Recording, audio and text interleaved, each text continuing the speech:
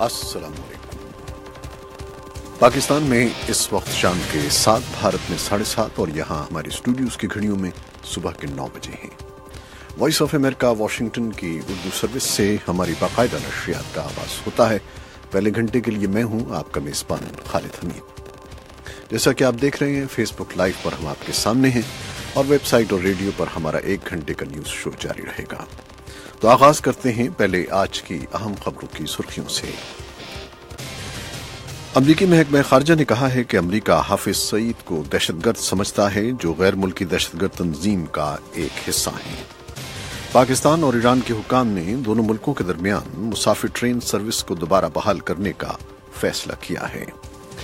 उर्दू और पंजाबी के मारूफ शायर, कालम निगार और ड्रामा नवीस मुन्नू भाई आज 85 साल की उम्र में लाहौर में इंतकाल कर गए हैं।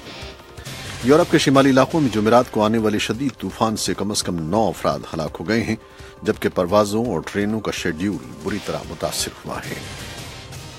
जुम्मे की निसफ शब की डेडलाइन के बाद अमरीकी विफाकी हुकूमत के इंतजामी उमूर जारी रखने के लिए अमरीकी ऐवान नुमाइंदगान में रिपब्लिकन अरकान आर्जी अखराजात के इक़दाम पर वोटिंग के लिए तैयार हैं। और सदर डोनाल्ड ट्रंप ने जुमेरात के रोज कहा था कि सरकारी कारोबार में जुज़वी खलल पड़ सकता है, जो सन 2013 के बाद पहला शटडाउन होगा। न्यूजीलैंड ने 5वें एक रोजा मैच में पाकिस्तान को 15 रन से शिकस्त देकर सीरीज में क्लीन स्वीप कर दिया है। ये थी शह सुर्खियां।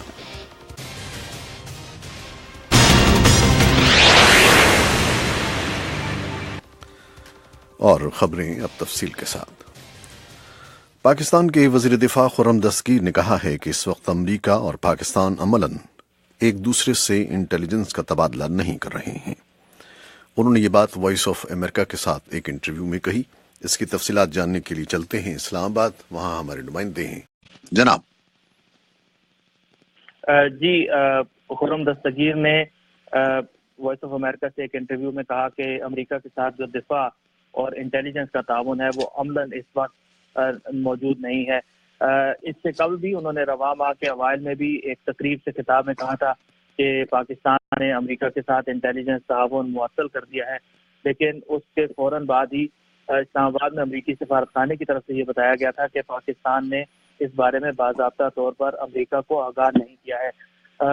जब इस बारे में खुर्रम दस्तगीर से उनका मौक़िफ़ जानने की कोशिश की गई इंटरव्यू के दौरान, तो उन्होंने यही कहा कि ये जो ताउन था ये किसी नोटिफिकेशन या बाज़ाब्ता तौर पर कोई एग्रीमेंट के तहत नहीं दिया गया था। इसलिए ये तवक्को करना कि जब ये ताउन रोका जा रहा है तो अमेरिका को बाज़ाब्ता तौर पर किसी नोटिफिकेशन के जरिए आगाह किया जाएगा, ये इसकी तवक्को करना दुरुस्त नहीं है। इससे पहले जो एक अमरीकी सिफारतकार ने दौरा भी किया पाकिस्तान का और कुछ लग रहा था कि जैसे राब्ते बहाल हो रहे हैं, तो उससे भी इस अमल पर कोई असर नहीं पड़ा? जी, उन्होंने इसमें ये ज़रूर कहा कि जो अमेरिका के साथ ताउन होगा उसकी बुनियाद अब जो खुद अमेरिका की तरफ से किस तरह पाकिस्तान से ताउन किया जाता है वो इसका तयन करेगी कि इंटेलिजेंस का ताउन किस सतह पर होगा। तमाम उन्होंने इसको सराहा जो एलिस वेल्स का दौरा पाकिस्तान था, और उन्होंने कहा था कि अमेरिका ने ये बातचीत करके और सफारतकारी का रास्ता चुना है, जिसको पाकिस्तान खुशामदेद कहता है, और पाकिस्तान भी बातचीत के लिए तैयार है। तो अब राब्ते तो जारी हैं, लेकिन साथ ही ये भी उन्होंने वाज़ेह किया कि जो अमेरिका को फ़िज़ाई राहदारी है या जो ज़मीनी रास्ते हैं उनके ज़रिए जो उनकी रसद की तस्वीर है उसमें कोई खलल नहीं पड़ा और वो ताउन जारी है। अच्छा इश्तियाक, इसके अलावा एक खबर आपके पास और भी है कि एक लापता हो जाने वाले अफगान बच्चे को अफगान सिफारतखाने के हवाले किया गया है, तो ये क्या खबर है आपके पास? जी, एक अफगान बच्चा है जिसका नाम उबैदुल्ला है, वो अपने वालिदैन के हमरा 2015 में इस्लामाबाद आया था और अपने वालिद के इलाज के लिए अपनी खानदान के साथ था। इस दौरान वो इस्लामाबाद से लापता हो गया। फिर नवंबर 2015 ही में उसे पुलिस ने उसे तलाश किया, लेकिन पुलिस को उसके वालिदैन का मालूम नहीं हो सका। اور پھر انہیں ایک یہاں بچوں کا حفاظتی مرکز ہے وہاں پر رکھا گیا 2 سال تک۔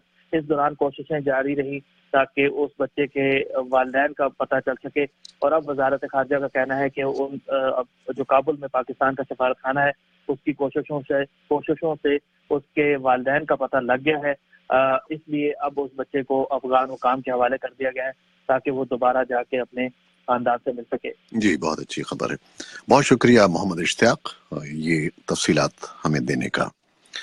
اور کچھ مزید خبریں۔ امریکی محکمہ خارجہ نے کہا ہے کہ امریکہ حافظ سعید کو دہشت گرد سمجھتا ہے جو غیر ملکی دہشت گرد تنظیم کا ایک حصہ ہیں۔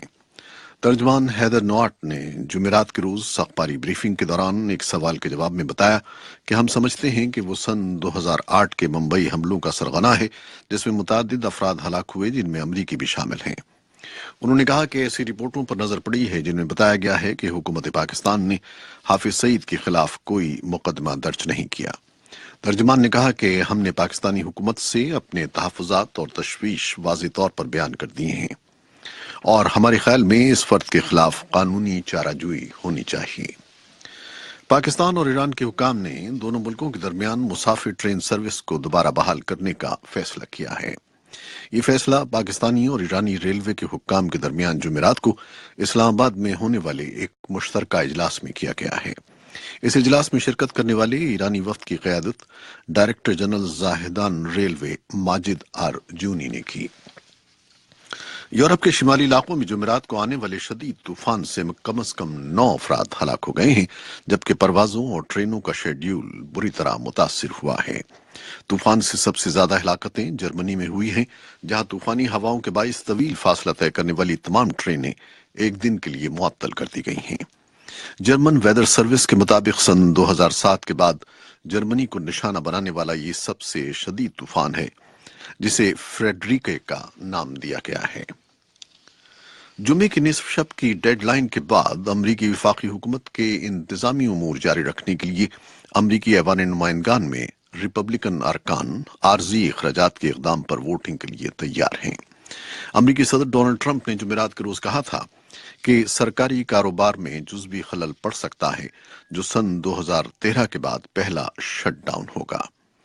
ایک ٹویٹ کے ذریعے ٹرمپ نے ایوان نمائندگان میں ہونے والی رائے دہی پر شک کا اظہار کرتے ہوئے اس کے ایک حصے کی مخالفت کا اندیہ دیا، لیکن بعد ازاں وائٹ ہاؤس اور ایوان نمائندگان کے اسپیکر پال رائن نے کہا کہ صدر ایک قلیل مدتی اقدام کے حامی ہیں۔